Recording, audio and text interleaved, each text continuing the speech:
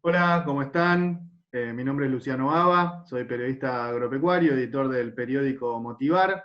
Voy viendo cómo ya se están conectando las personas que están predispuestas a asistir a esta nueva conferencia dentro del ciclo de charlas sobre ciencias veterinarias que estamos llevando adelante todos los días martes, ahora organizadas por la Federación Veterinaria Argentina y también por la Facultad de Ciencias Veterinarias de la Universidad Nacional de La Pampa.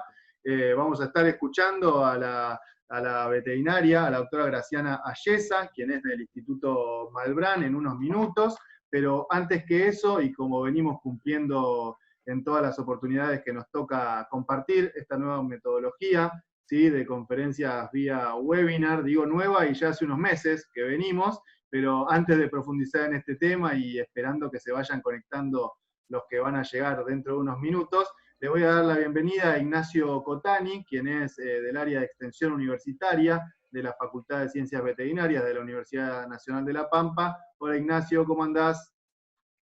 ¿Qué tal, Luciano? ¿Cómo estás? Bien, ¿y vos? Bueno, como siempre, un gusto y agradecer a todos los presentes, colegas, graduados, algunos docentes de nuestra facultad, bueno, en general la gente vinculada también a la salud pública que nos atiende también en esta temática y, bueno, también en especial a nuestra profesión. Agradecer, como siempre lo hacemos, a la FEBA por esta actividad en conjunto que venimos desarrollando. Y bueno, en esta ocasión especial agradecerle a Graciana por su disertación de hoy. La verdad que habíamos hablado muy poco, pero desde la primera vez que tomamos contacto se predispuso muy bien, no dudó un minuto en aceptar la propuesta, así que muchísimas gracias, Graciana.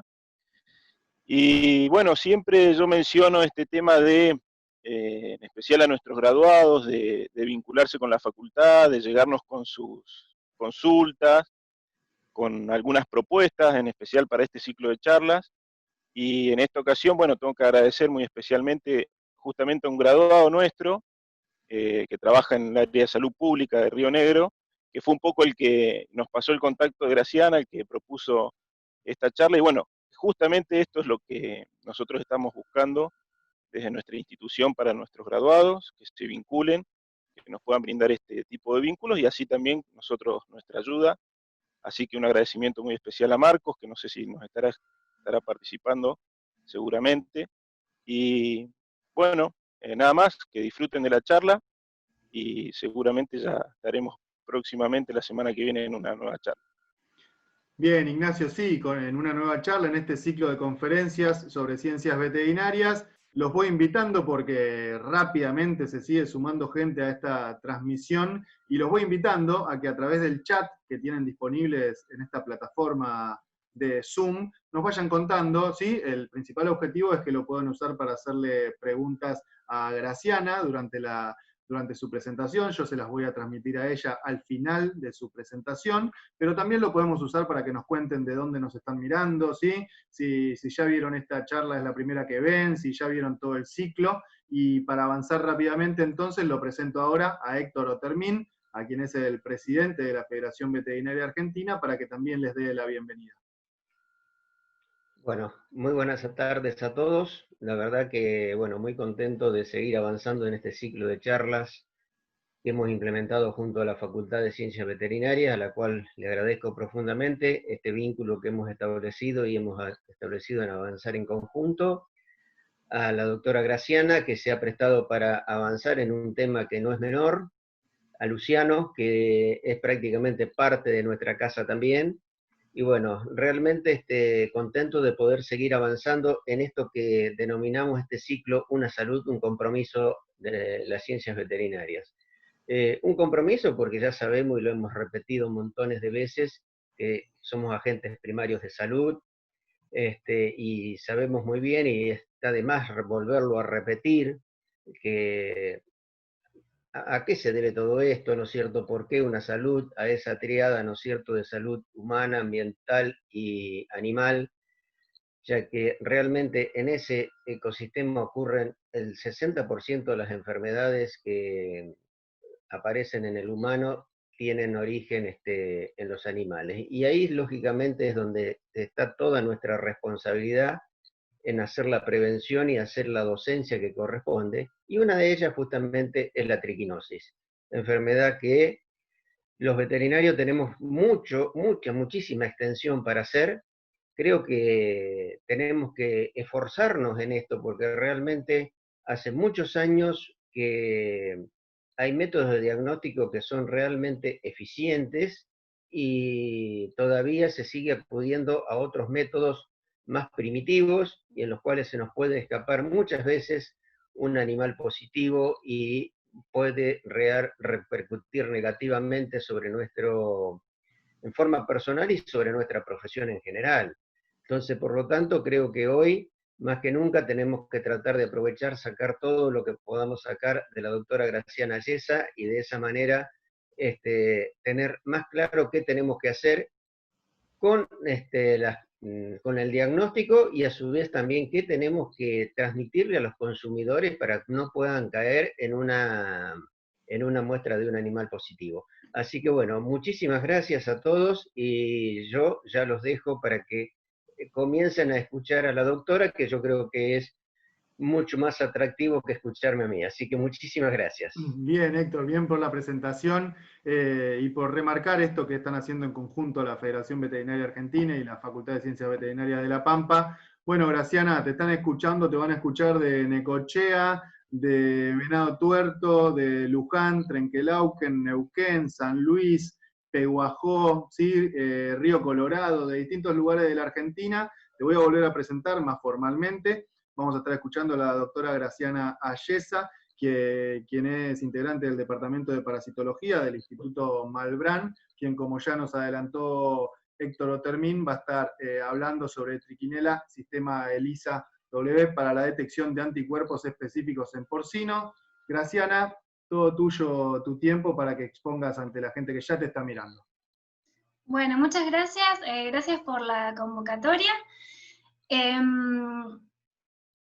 Bueno, vamos a empezar entonces con la presentación. En primera instancia quería hacer un breve recordatorio del ciclo parasitario. El género Trichinella tiene un ciclo de tipo directo, ¿sí? Todos los estadios parasitarios se cumplen dentro de un mismo huésped. La infección se adquiere cuando se ingiere carne que contiene las larvas infectivas, la CL1, dentro de la fibra muscular. Estas larvas son liberadas por la acción de los jugos gástricos y llegan al intestino delgado, donde se desarrollan en machos y hembras aproximadamente en 48 horas. Se produce la cópula, los machos mueren y son eliminados con las deposiciones, y las hembras ingresan en la mucosa del duodeno y del yeyuno, y allí aproximadamente a los 4 o 5 días comienzan la larviposición. ¿Sí? Cada hembra adulta puede poner aproximadamente entre 1.500 y 5.000 larvas, 2.000 larvas, perdón, de acuerdo al estado inmunitario del huésped, ¿sí? Y a la especie de Trichinella involucrada. Estas larvas llegan al sistema circulatorio, se distribuyen por todo el organismo, alcanzan distintos órganos, como músculo, cerebro, corazón, pulmones, pero van a ser las larvas que lleguen al músculo esquelético las que van a continuar su desarrollo. ¿Sí? Van a ingresar al sarcolema de la fibra muscular, y allí se va a formar lo que se denomina la célula nudos. ¿Sí? Las larvas que ingresan en otros órganos van a morir al poco tiempo o van a volver a la circulación para seguir su migración. Las larvas tienen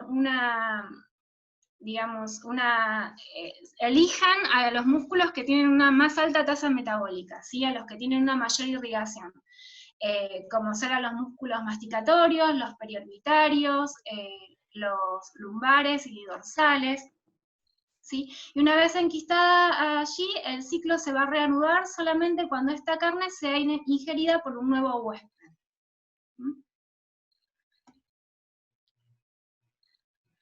El género Trichinella tiene un amplio rango de hospederos, ¿sí? Se ha descrito la infección natural en más de 150 especies de mamíferos, aves y reptiles. por características morfológicas no las vamos a poder distinguir entre las distintas especies. Esto lo podemos hacer por medio de técnicas de biología molecular. ¿Sí? Lo que podemos hacer nosotros por la morfología es cuando observamos el tejido muscular por compresión, ¿sí?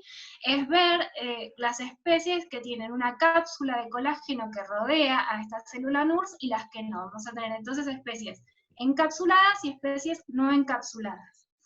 ¿Sí? Las especies encapsuladas infectan a mamíferos y las especies no encapsuladas afectan a mamíferos, aves y reptiles.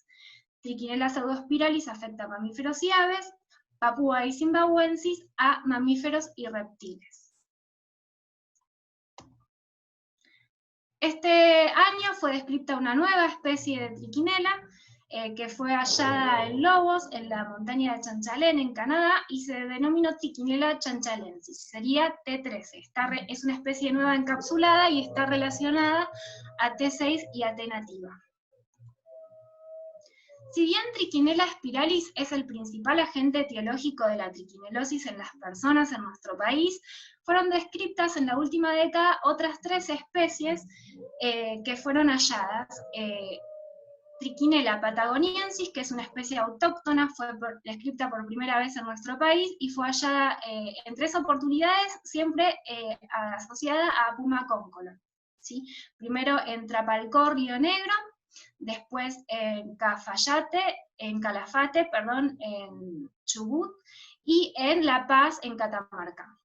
¿Sí? Y Trichinella pseudospiralis, que como vimos es una de las especies no encapsuladas que puede afectar a aves y a mamíferos, fue hallada en Chubut en un cerdo doméstico en un control de una faena de rutina.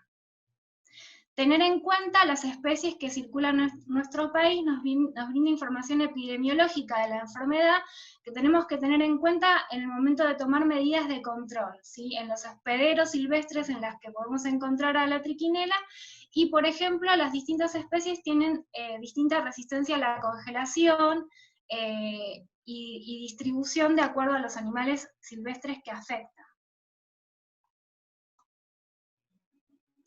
¿Cuál es la situación en nuestro país acerca de la enfermedad en las personas y en los brotes humanos? Entre el año 2007 y 2017 fueron notificados 7.445 casos de triquinelosis humana en el país. Es una enfermedad de notificación obligatoria y ante un caso sospechoso tiene que hacerse la notificación al sistema de salud de forma inmediata. ¿Sí? El año pasado fueron notificados 19 brotes con 337 casos, y este año hasta el sábado fueron notificados 102 casos sospechosos, de los cuales 23 pudimos confirmar hasta el momento por serología. Cuando se derivan las muestras de personas para diagnóstico serológico de triquinosis, se adjunta una ficha epidemiológica con la muestra, donde, entre otra información que se solicita, se pregunta cuál fue el alimento consumido que es sospechoso de haber originado el brote. En muchas oportunidades esta información está incompleta, la gente no se acuerda qué comió, ni con quién, ni de dónde venía. Pero en el periodo 2002-2015 hicimos un análisis de esa información y tuvimos que en 150 brotes, en 144 las personas refirieron el alimento que habían consumido. ¿Sí? En esos 144 brotes, el 62% de las personas habían consumido chacinados, principalmente embutidos secos, que son el principal origen de los brotes en nuestro país. ¿Sí? Pero también un 18% de los brotes, la gente refirió haber consumido solamente carne asada. ¿Sí? Esto para tener en cuenta cuando se considera a la cocción como un método de prevención. Seguramente la cocción fue insuficiente, pero generó un brote. Y en 2 de estos brotes estuvieron involucradas las nuevas especies descritas de trichinela, ¿sí? Uno fue asociado al consumo de carne de puma, un costillar asado, donde lo habían consumido 8 personas, y al día siguiente del consumo recibieron el resultado de la digestión artificial positiva. Cuando se identificaron esas larvas, se identificaron como Trichinella patagoniensis, ¿sí? Esas personas recibieron el tratamiento específico con albendazol al día siguiente de haber consumido el alimento, entonces no presentaron signos, y si bien se detectaron anticuerpos, no pudimos detectar seroconversión. Y después, otro de los casos, se pudo identificar en el embutido larvas de Trichinella britovi. Habían consumido jamón, panceta y chorizos, 15 personas, de las cuales 3 requirieron asistencia médica y una fue internada. Y después, cuando recuperamos el alimento, identificamos a Trichinella britovi. De esas personas no pudimos obtener muestra para realizar diagnóstico serológico.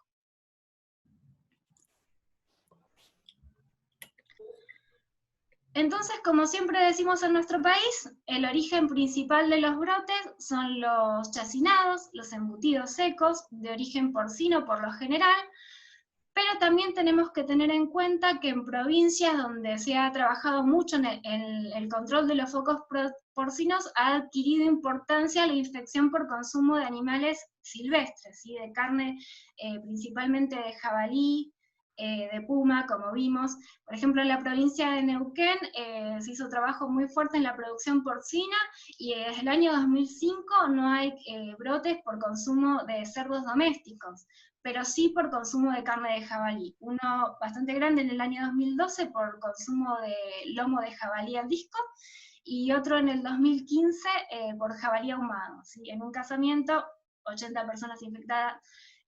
Bueno, fue bastante problemático. Los cerdos domésticos no muestran signos de la infección, ¿sí? Clínicamente no vamos a poder hacer un diagnóstico de triquinelosis. ¿Cuál es la situación epidemiológica entonces en los porcinos? Se denomina un foco de triquinelosis al diagnóstico de un animal positivo en la faena, ya sea en un frigorífico, en un establecimiento habilitado o en la faena domiciliaria, ¿sí? Todos los cerdos de ese establecimiento forman parte de un foco porcino. Acá lo que podemos ver son los brotes declarados desde el año 2014 al año 2018, ¿sí? Esta información fue brindada por el SENASA, y vemos que aproximadamente entre 30 y 50 focos son declarados anualmente. Principalmente en la región centro del país, que es donde está concentrada la producción porcina y donde se presenta la mayor cantidad de brotes humanos.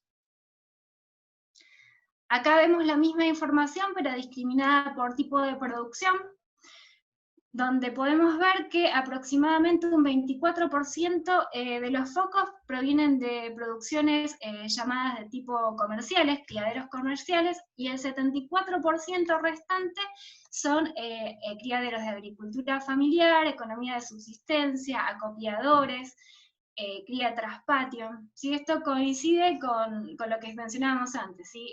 Los cerdos domésticos provenientes de la cría informal como principal fuente de infección. También tenemos que tener en cuenta que este tipo de producción no tiene registro y no tiene control, ¿sí? Así que es menor la cantidad de estos animales que es analizada.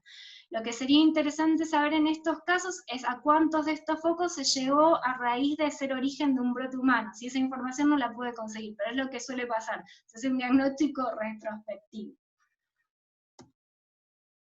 Lo que pude conseguir de este año es la información de la provincia de Buenos Aires, actualizada hasta junio, de los focos porcinos declarados y los animales silvestres que se encontraron positivos también.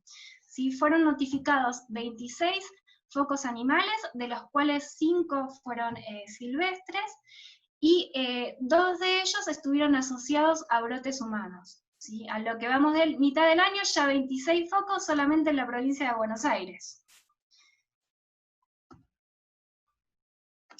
Entonces, como vimos, no vamos a poder hacer un diagnóstico clínico de la triquinelosis en porcinos. En estudios experimentales se vio que hay diferencias en los parámetros productivos entre animales sanos y enfermos.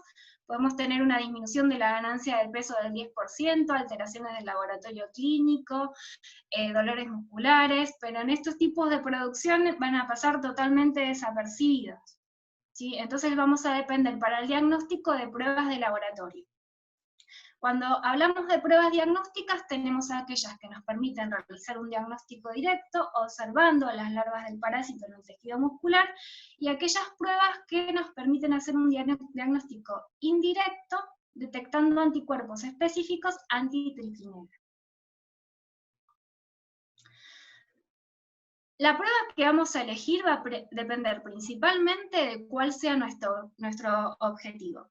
Si nuestro objetivo es evitar la enfermedad en el hombre, la prueba de elección es la digestión artificial. La digestión artificial tiene la sensibilidad necesaria para detectar una larva gramo de tejido, que es el mínimo nivel considerado infectivo para una persona, ¿sí? Para desencadenar la enfermedad en el hombre. Es por esto que es la prueba que se implementa en la faena de rutina, según la resolución del SENASA 740-99, desde el año 99, para el control de la carne porcina para el consumo. ¿Sí? Otro método de diagnóstico directo es la triquinoscopía, donde se observa una porción de músculo comprimida entre dos vidrios y se pueden ver las larvas directamente dentro de la fibra muscular. Esta es una técnica que tiene una sensibilidad menor, puede detectar alrededor de 3 larvas gramo, y a su vez su sensibilidad disminuye cuando hablamos de especies de triquinela que no están encapsuladas, ¿sí? Cuando no está delimitada la cápsula alrededor de la larva es más difícil de ver. Y también tiene la dificultad de que tenemos que procesar varias muestras de músculo de una misma canal, ¿sí? para tener un mejor resultado. Los métodos indirectos, los serológicos, no están recomendados por la Comisión Internacional de Triquinelosis para el diagnóstico sobre la canal y liberación de carne al consumo, ¿sí? No tienen la sensibilidad necesaria para la protección de la salud pública, ¿sí? Estas técnicas están recomendadas para realizar una vigilancia de la infección e investigaciones epidemiológicas de áreas endémicas. Cuando hablamos de diagnóstico serológico, tenemos que tener en cuenta que no solamente va a ser necesaria el encuentro del individuo con el parásito, ¿sí? Hay otros factores que afectan la detección de esos anticuerpos.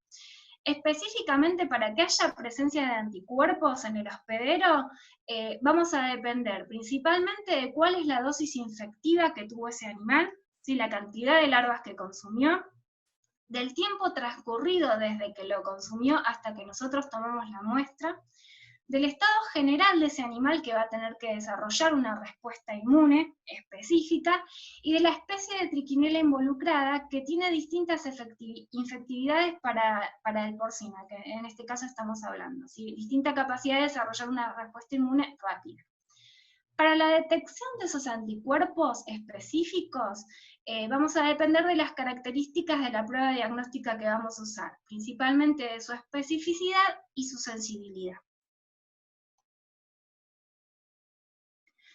La técnica recomendada por la OIE para realizar serodiagnóstico es la técnica de ELISA, que es un método que es económico, confiable, que tiene una fácil estandarización y un balance adecuado entre sensibilidad y especificidad. Lo que recomienda particularmente es que se realice una validación independiente de la ELISA que se va a usar, utilizando una muestra representativa de la población negativa y positiva del área donde va a ser aplicada la prueba.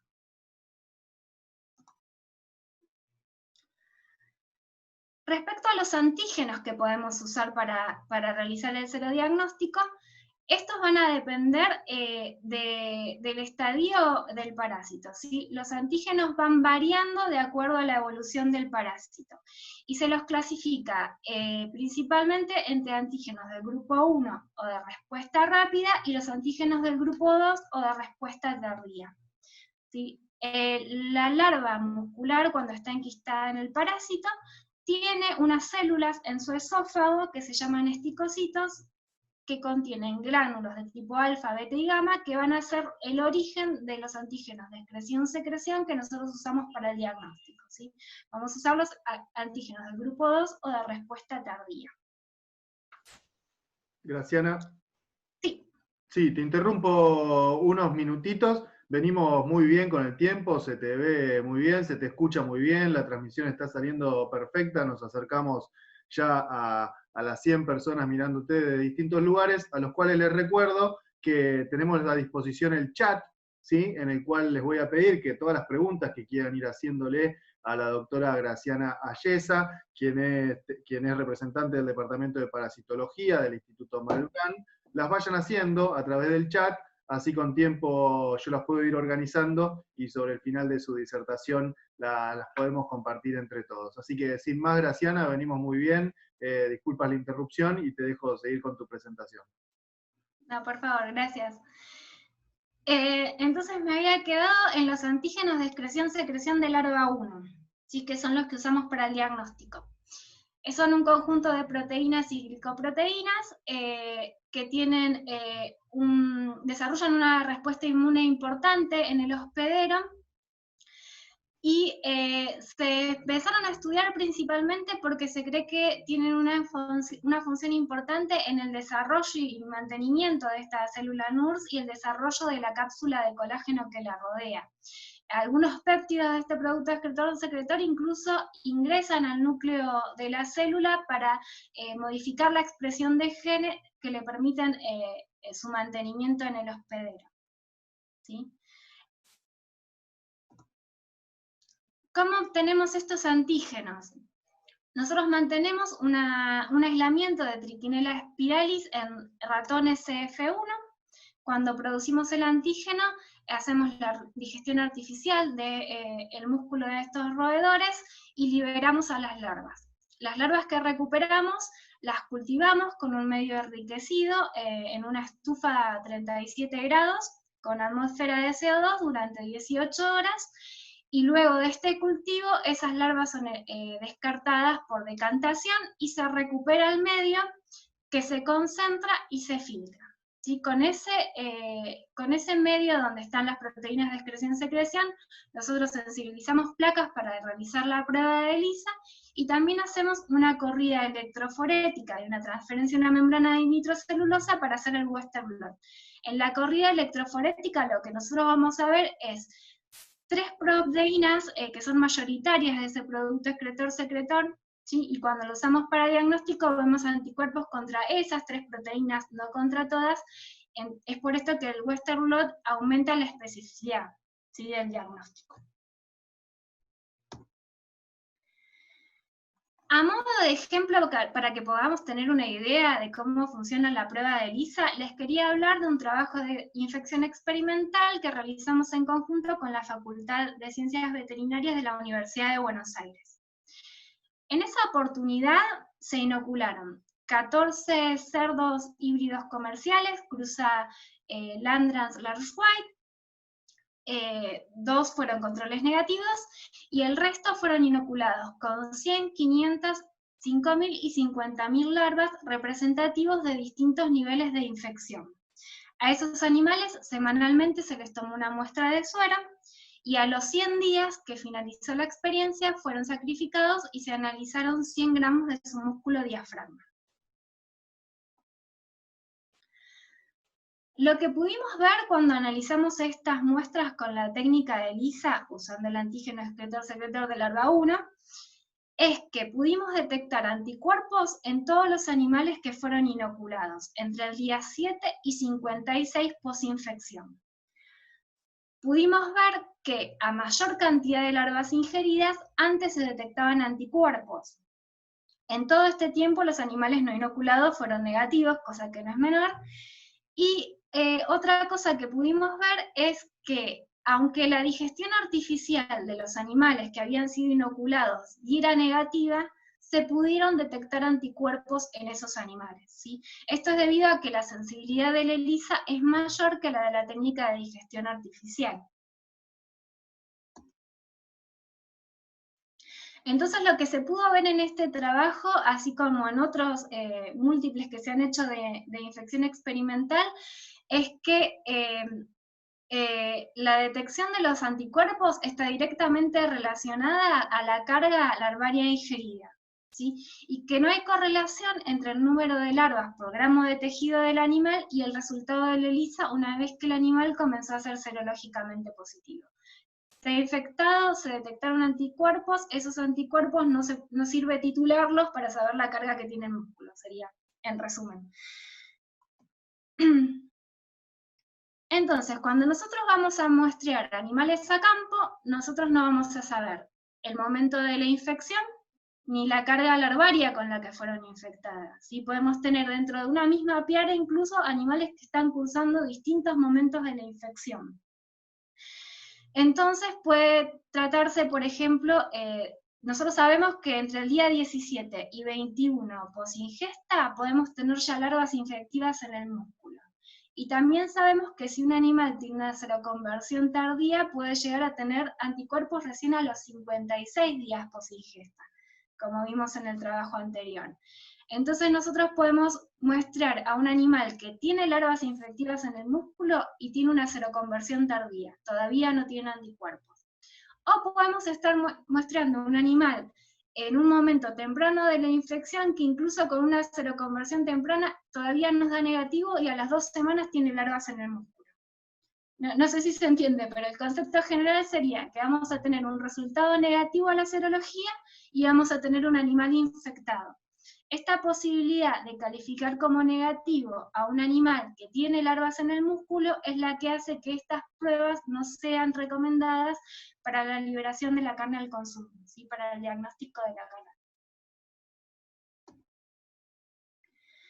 Bueno, teniendo todas estas cosas en cuenta, cuando nosotros realizamos la estandarización del punto de corte de la ELISA, lo que se hizo fue determinar un punto de corte bajo para detectar a todos los animales que tuvieran anticuerpos, y la mayor sensibilidad posible. Esto se hizo con una muestra de 1230 animales y se determinó que los animales que tuvieran una densidad óptica igual o menor a 0,117 iban a ser calificados como negativos, entre 0,118 y 3,90 iban a ser calificados como indeterminados, y con una densidad óptica mayor a 0,391 se los iba a clasificar como positivos a la ELISA. ¿Qué pasa? Al determinar una alta sensibilidad en la prueba de ELISA tenemos gran cantidad de resultados falsos positivos. ¿Sí? ¿Cómo podemos sortear este problema?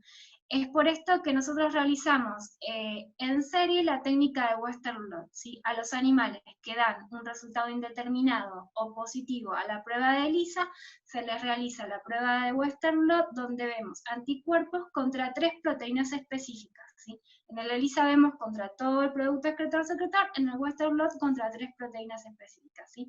Y esa es nuestra prueba confirmatoria, así aumentamos la especificidad.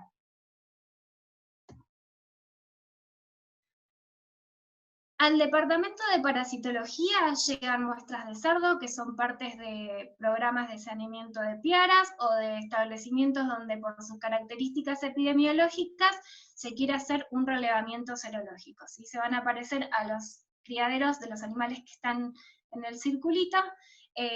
Son animales que forman parte de la economía de subsistencia del lugar en el que se encuentran, ¿sí? Y donde los factores de riesgo para la infección por triquinelosis son de moderados a altos. También estudiados cuáles son estos factores de riesgo: la cría a campo, la alimentación con residuos sin procesar, que contiene potencialmente carne infectada, presencia de roedores, de animales silvestres, no se eliminan las carcasas de los animales muertos.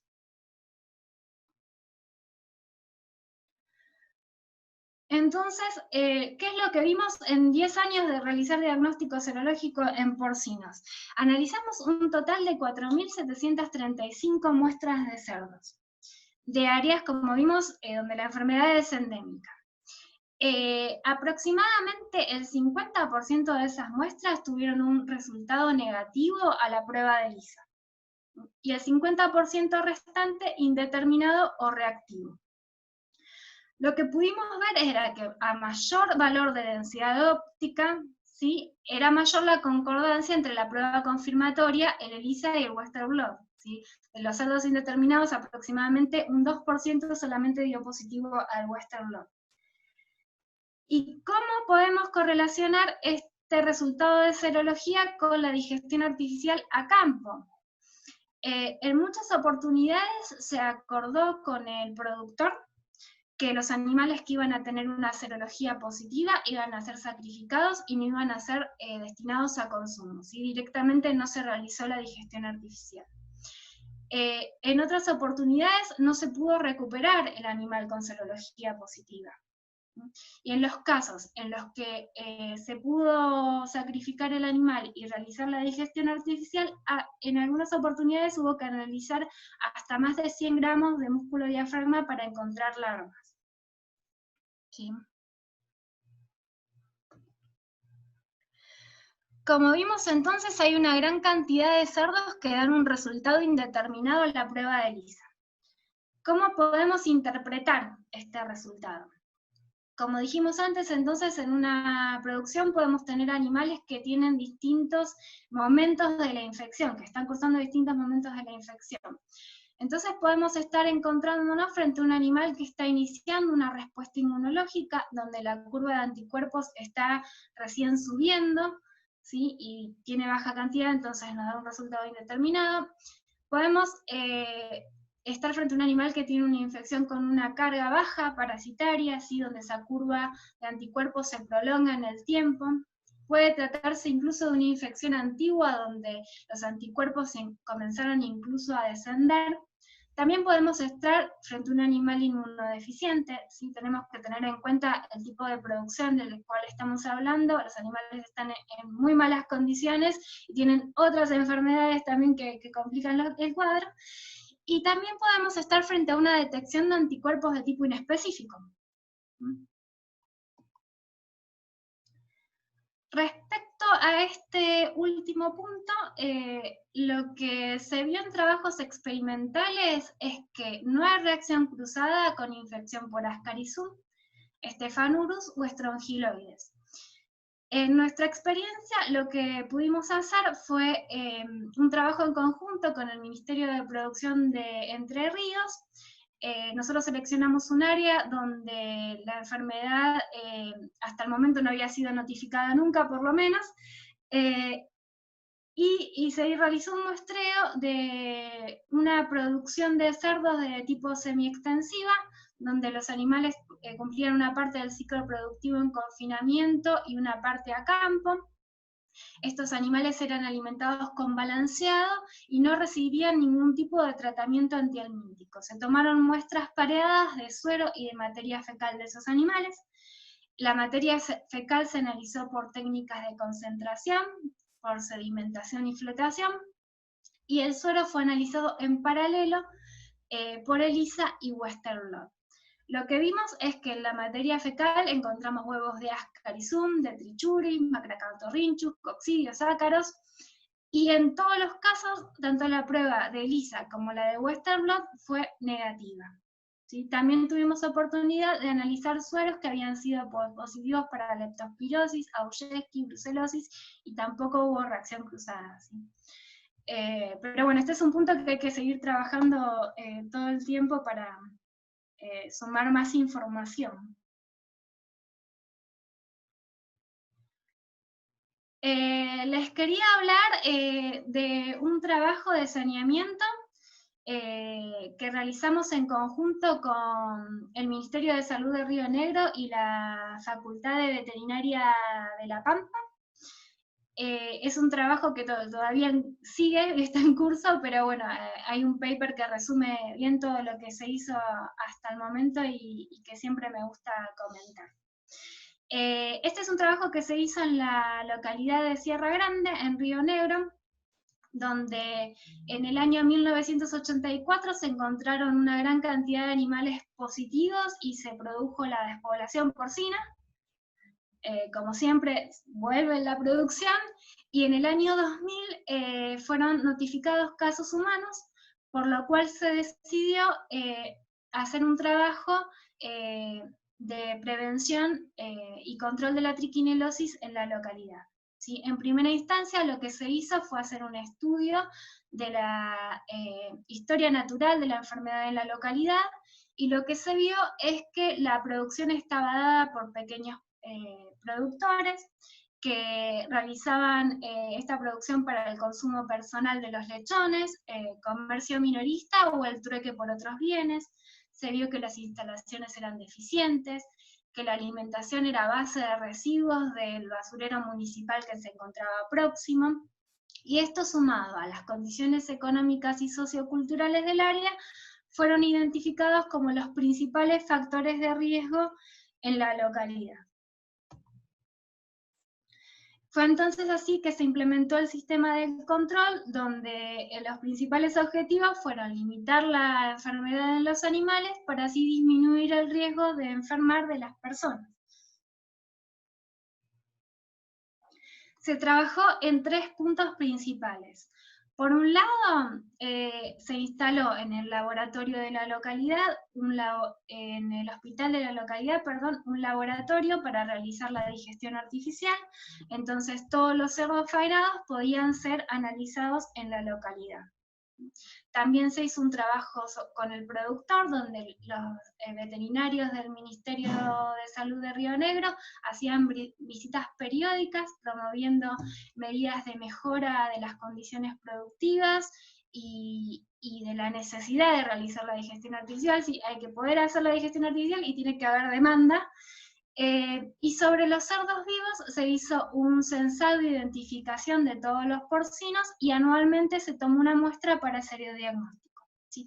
Acá podemos ver algunos de los protagonistas del trabajo. Ahí está Marco Seleiman, Agustín Ávila y, si no me equivoco, Carlos Chiusa. Entonces, el programa de control sobre los cerdos faenados, a todos se les realizaba la digestión artificial, y sobre los cerdos vivos se hacía el diagnóstico serológico. A los animales que quedaban positivos, en el momento del censo se había firmado un acuerdo con el productor que iban a ser sacrificados, se les iba a tomar una muestra de músculo diafragma, y como no había una sala de faena habilitada, los animales se sacrificaban en el establecimiento y luego se trasladaban al vertedero municipal para ser incinerados. ¿Sí? De esas larvas recuperadas de animales positivos eran enviadas para identificación a nivel especie, también, ¿sí? A nuestro laboratorio. Lo que se tuvo en cuenta también, que un animal positivo era también sacrificado de acuerdo a su estado productivo. Por ejemplo, una hembra preñada era sacrificada en una etapa posterior.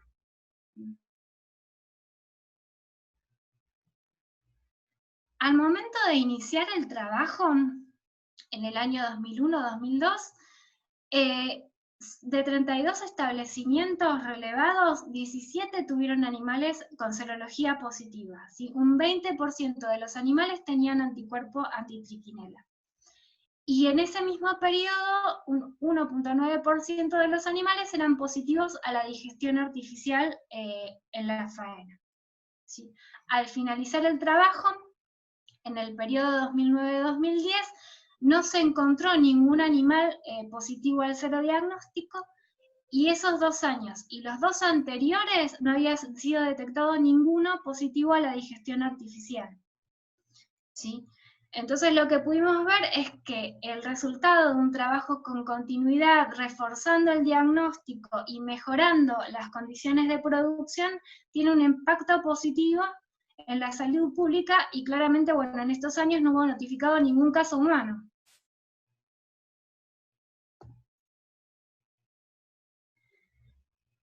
Entonces, como comentábamos antes, están bien estudiados cuáles son las medidas de prevención para disminuir el riesgo de la enfermedad en los porcinos domésticos, ¿sí? Mantener el alimento en recipientes cerrados, el control de plagas, evitar el acceso de animales silvestres, el confinamiento. También tenemos que tener en cuenta que los cerdos no son los únicos animales domésticos o silvestres que mantienen el parásito en el ambiente. A grandes rasgos, entonces, si queremos ser un poco extremistas, podemos pensar en dos tipos de producción porcina.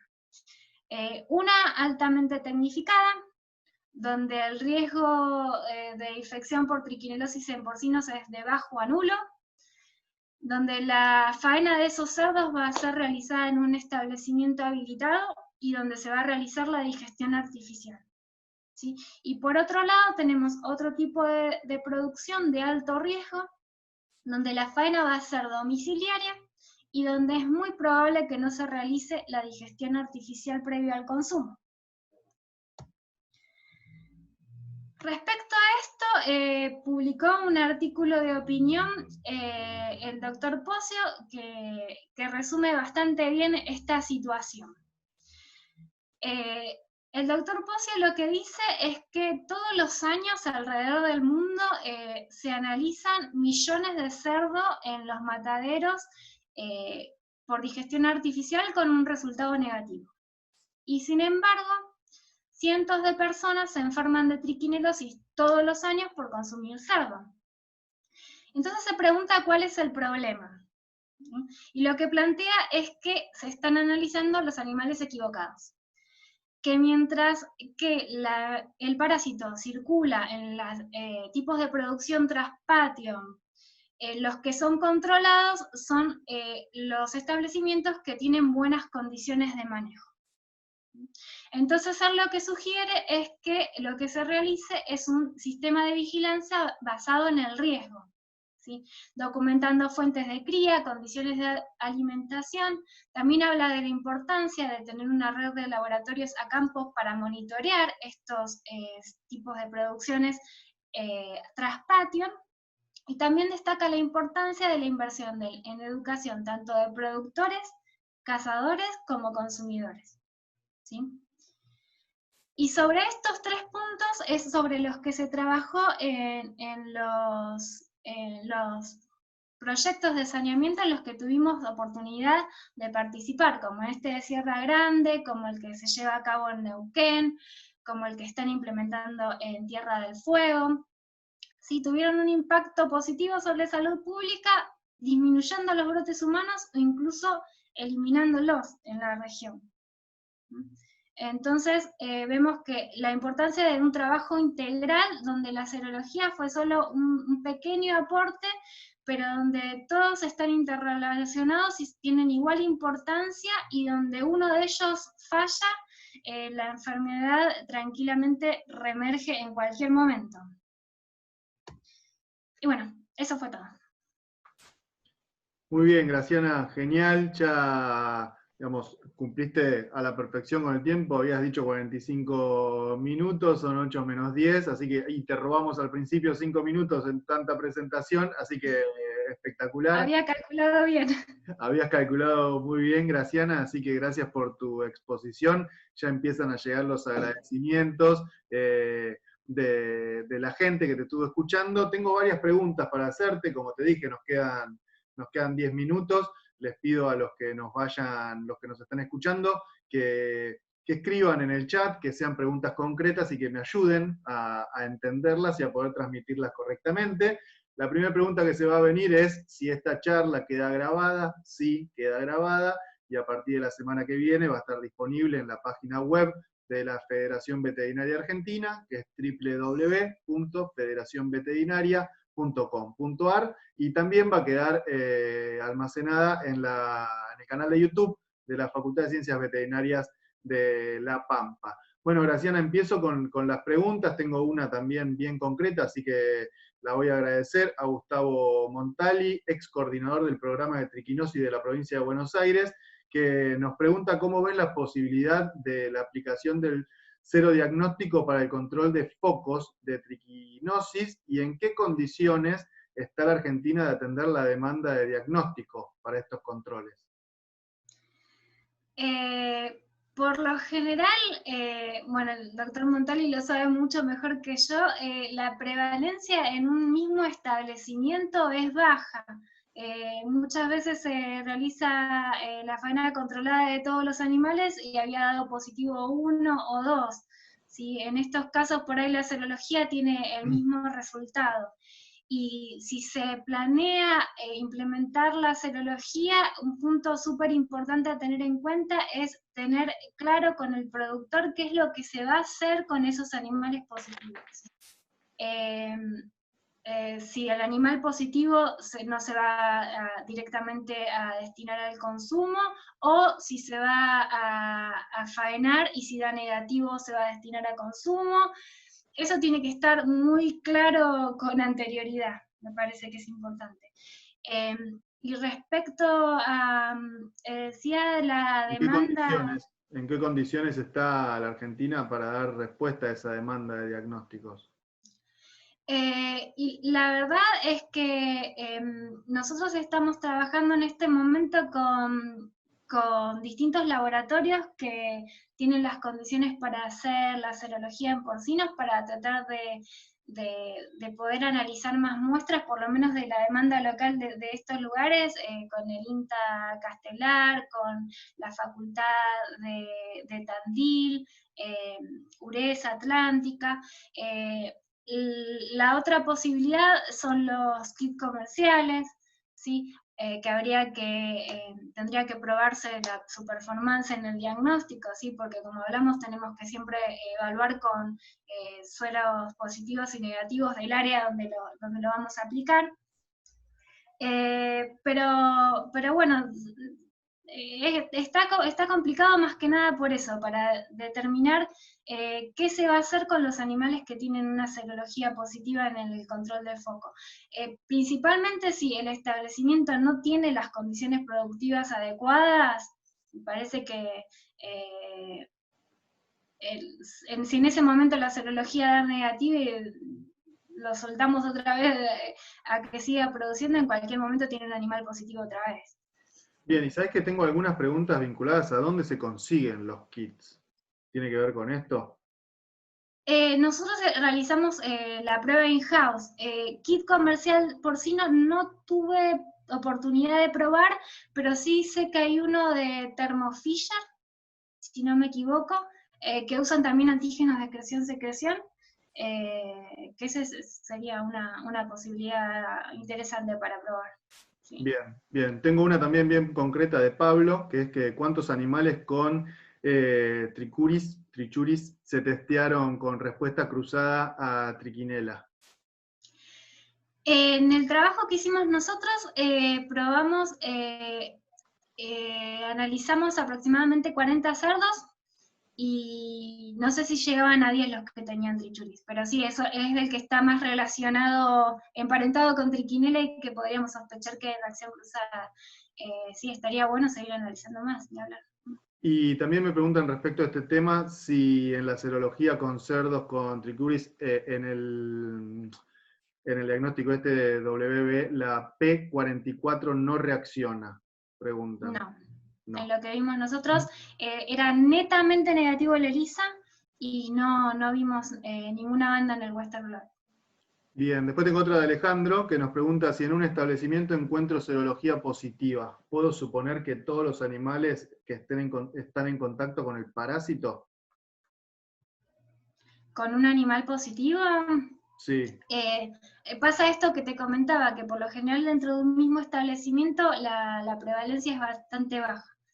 Sí, es lo más habitual, encontrar 2 o 3 de 40 solamente positivos.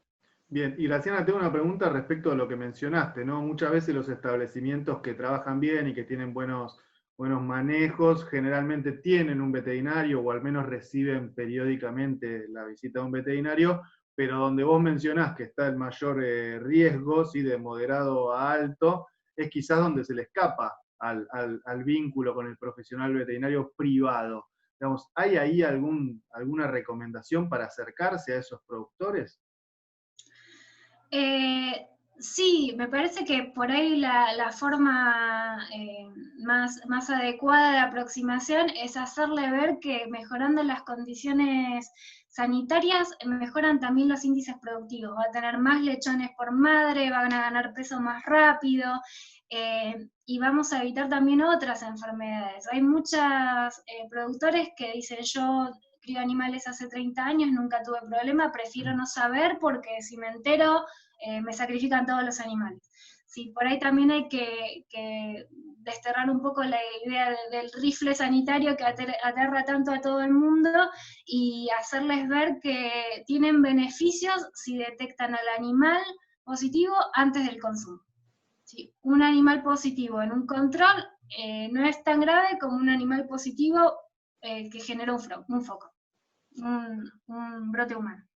Graciana, y también me surge otra pregunta, ¿no? Es una enfermedad que efectivamente afecta a las personas, como lo dijiste claramente en toda tu presentación, pero también es una enfermedad como bastante tradicional, que con aspectos culturales, de que mi abuelo lo hacía así, mi papá lo hacía así, ¿qué me van a venir a contar a mí? Y preguntarte si eso vos también lo ves en la profesión, en los veterinarios, digamos, en que la profesión también debería acercarse más a salir del mito y de lo que le contaron por tradición y apuntar a estas cuestiones que estás mencionando vos. Sí, sí. Tal vez valorizar el producto controlado, ¿sí? Como cartel libre de, está bueno y tiene que jerarquizar un producto artesanal, ¿sí? Porque habitualmente hablamos de algo artesanal como que es mejor que lo comercial, y bueno, tenemos que asegurarnos de que sea mejor. Bien, bien, Graciana. Bueno, les cuento que estamos hablando con la doctora Graciana Ayesa, quien es integrante del Departamento de Parasitología del Instituto Malbrán. Estamos cumpliendo perfectamente con los tiempos, clavado van a ser las 8 de la noche, al menos en Argentina, en Buenos Aires, donde estoy yo. Sé que hay conectada gente también de otros países, y lo tengo conectado también a Héctor Otermín, quien es el presidente de la Federación Veterinaria Argentina, y lo voy a invitar, Héctor, si me estás escuchando, a que te sumes con alguna pregunta o reflexión respecto de lo que estuvo comentando Graciana. No, bueno, muy rico todo lo que nos ha transmitido Graciana. Por ahí simplemente me interesaría que aclarara un poquito más o profundizara. Vos mencionaste que personas que habían consumido carne asada de costillar de puma y lomo de jabalí al disco había sido infectada. La pregunta es, si ese consumo con carne asada lo solucionamos teniendo un punto de cocción más alto, o directamente cuando tenemos un animal positivo lo decomisamos en forma directa. Si se sabe que es positivo previamente, no debería destinarse al consumo. Y en los casos en los que no se realiza el análisis, es un arma de doble filo recomendar la cocción como un método de prevención, porque puede pasar esto, de que sea insuficiente y de todas formas la gente se enferma, ¿sí? Si vos me decís, no tengo otra cosa para comer, bueno, hace un guiso, hervilo 2 horas, no sé. Pero me parece que es como una línea muy delgada de decirle cuando cambia el color de la carne, porque muchas veces, en el caso del jabalí al disco, si no recuerdo mal, que el doctor Vergaño por ahí nos está escuchando, lo habían cocinado en un campamento en el que habían ido a cazar y no tenían buena luz para ver el punto de cocción de la carne.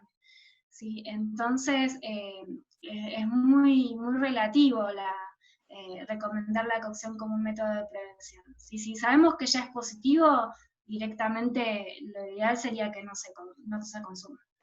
Perfecto, porque existe o está muy arraigado el concepto de que si el animal es positivo, lo mandamos a cocción y bueno, y no perdemos el animal. Ese es un concepto que está bastante arraigado, inclusive hasta dentro de los colegas. Por eso apunté a esa pregunta. Sí, no, por eso a mí me gusta destacar esto, que mucha gente dice que solo comió carne asada y sin embargo sí adquirió la infección. Ya te digo, lo hervimos 2 horas en un guiso y capaz que tenemos suerte, pero no sería lo recomendado, ¿no? Para nada. Bien, Graciana, tengo otra pregunta respecto a si se han hecho estudios o trabajos sobre roedores, me preguntan. Sí, muchísimo, muchísimo sobre roedores silvestres, infecciones experimentales, persistencia en el ambiente de las carcasas de animales muertos, sí, hay muchísima información. Bien, también tengo otra de Sergio que nos pregunta cómo es la aplicación en la detección por ELISA, y yo lo voy a simplificar en WB. En otros países de Sudamérica, Graciana, ¿qué nos podés mencionar de esto? como implementado las reglamentaciones en Sudamérica, la verdad no tengo información. No tengo información. Sí, sé que se ha implementado la serología como diagnóstico en países en Europa. Hace unos 15, 20 años estaban estudiando qué técnica iban a implementar en el diagnóstico en Holanda, donde hacía ya más de 10 años que no tenían triquiñuelosis en porcinos, ¿sí? Pero bueno, son situaciones epidemiológicas totalmente distintas. Bien, bien, Graciana. Después empiezo a terminar. Les recuerdo a todos que estamos hablando con la doctora Graciana Ayesa, y estamos hablando en este ciclo, Graciana, respecto del compromiso del sector veterinario con el concepto de una sola salud. Entonces mi pregunta tiene que ver con esto de cómo hacen los veterinarios para encontrarle la vuelta a hablar de triquinosis, de triquiñuelosis, con este foco de una sola salud, de que es una zoonosis. Yo tengo varias anécdotas hablando con productores, de cerdos en este caso, pero de aves en otras enfermedades, y es como que no terminan de hacer el clic de lo que están produciendo es un alimento y que, digamos, puede enfermar al otro. ¿Qué tiene ahí la profesión bajo este concepto de una salud para poder cambiar su discurso? ¿Qué pregunta? Sí, en esta enfermedad somos más bien el cuco, más que un aporte para la salud pública. Pero bueno, yo creo que la aproximación, ya te digo, puede ir por ahí por el lado de hacerle ver a los productores de que mejorando las condiciones aumentan los índices productivos y bueno, todos cuando pensamos en plata por ahí nos entusiasmamos un poquito más. Pero bueno, todos estos trabajos que se pudieron llevar a cabo a campo dependieron 100% de un veterinario, un colega por lo general, que se lo puso al hombro y salía a hablar con la gente, a ver la problemática en la localidad. No hay una fórmula que sea 100% efectiva en todo cada lado, tiene que ser adaptada a las condiciones del lugar. Y yo creo que en nuestra profesión nosotros tenemos esa habilidad, ¿no? de ser muy maleables y adaptarnos a las realidades que nos tocan vivir, y bueno, en ese análisis de la situación local, el veterinario tiene muchas ventajas. Sí, y sacarlo un poco de eso que dijiste antes, ¿no? Del rifle sanitario, de la idea de que lo único que le queda es perder plata y sacrificar a los animales. Claro, tal cual, que vea, ya te digo, la detección de un animal positivo en una medida de control como algo bueno, ¿sí? Porque se evitó un problema que podría tener si ese animal era consumido, ¿sí? Hacer esa diferenciación. ¿Tuviste mala suerte de un animal positivo? Pero está bien, no se lo comió nadie. Bien, bien. Bueno, Graciana, tengo la última pregunta y le dejo ya el cierre a Héctor Termín, que tiene que ver con esto que te decía, ¿no? La veterinaria del día a día, en las veterinarias locales que están abiertas, atendiendo al productor todo el tiempo, que lo conocen y demás. ¿Qué método de diagnóstico les recomendás para ese día a día, para que tengan a mano? La digestión artificial. Bien. Te hago hincapié y te hago la pregunta porque si bien lo dijiste, es esto, ¿no? Es esto mismo que estamos hablando, ¿no? De avanzar sobre cosas que dan resultado verdaderamente. Si quieren, mientras están haciendo la digestión, compresión, triquinoscopía, pero el resultado definitivo va a ser el de la digestión. Bien, bueno, Graciana, yo de mi parte te agradezco un montón el cumplimiento con los tiempos y demás. Estamos 6 minutos pasados, como les decía, estamos con Héctor Termín, que es el presidente de la Federación Veterinaria Argentina, que es una de las entidades que coorganiza este ciclo de conferencias sobre ciencias veterinarias junto con la Facultad de Veterinaria de La Pampa. Así que, Héctor, tenés un minutito o dos para hacer el cierre una vez más de esta nueva conferencia sobre ciencias veterinarias. Bueno, no, simplemente agradecerles a todos los que trataron de escuchar y llevarse conocimientos de primera mano, que se los ha transmitido Graciana, a cual también le agradezco muchísimo, y decirles que se sigan sumando a este ciclo de conferencias que hemos implementado, porque ya hoy prácticamente esta pandemia nos ha llevado a comunicarnos, a capacitarnos de otra manera. Quizás nos ha acelerado, porque esta era la metodología quizás del futuro, pero quizás nos aceleró y nos llevó a este tipo de comunicación y que nos estemos viendo las caras semanalmente a través de una pantalla. Y esto va avanzando a pasos tan agigantados que ya dentro de la federación esto es una primicia. Hasta nos han pedido, hemos tenido oferta de llevar adelante telemedicina veterinaria. Esto es también un paso más adelante, esto es hay que charlarlo, hay que verlo, pero bueno, prácticamente son cosas que se nos vienen dando o poniendo delante día a día y que hace un tiempo nos parecían muy lejanas y hoy es un momento de sentarnos a pensar de qué manera vamos a encarar la profesión y la vamos a ejercer, ¿no es cierto?, éticamente como corresponde. Así que bueno, invitarlos a seguir este ciclo de charlas, ya se vienen en las próximas semanas, charlas sobre reproducción, charlas muy importantes, con respecto nuevamente a COVID, volvemos a tocar qué va a pasar en las veterinarias, qué medidas tenemos que tomar, cómo afecta a la profesión veterinaria el COVID. Es otra charla que se nos viene próximamente, si no tengo mal en mente es el día 4 de agosto, o sea, todas van a salir ya siendo anunciadas seguramente alrededor del día jueves y se estará publicando la grabación de la charla anterior. Así que bueno, nuevamente muchísimas gracias a todos por participar e invitarlos a que se sigan sumando a este ciclo de charlas. Muchísimas gracias. Bien, Héctor, también Graciana, tengo gente preguntándome cómo hacen para poder contactarte, pueden pedirlo a través de la página de la FEBA o no sé. Acá me quedé en la primera diapositiva, dirección de mail. Bien, buenísimo, buenísimo, así lo dejamos visible, que tengo gente también interesada en ver cómo puede hacer para contactarte, evidentemente para seguir haciéndote preguntas respecto de su día a día, ahí lo tenemos. triquinelosis@anlis.gov.ar. Buenísimo, bueno, Graciana, de mi parte, como le dije, mi nombre es Luciano Aba, un gusto como siempre estar coordinando estas conferencias sobre ciencias veterinarias. Graciana Ayesa, desde el Instituto Malbrán, muchísimas gracias por el espacio y por la claridad en tus comentarios. Gracias a ustedes.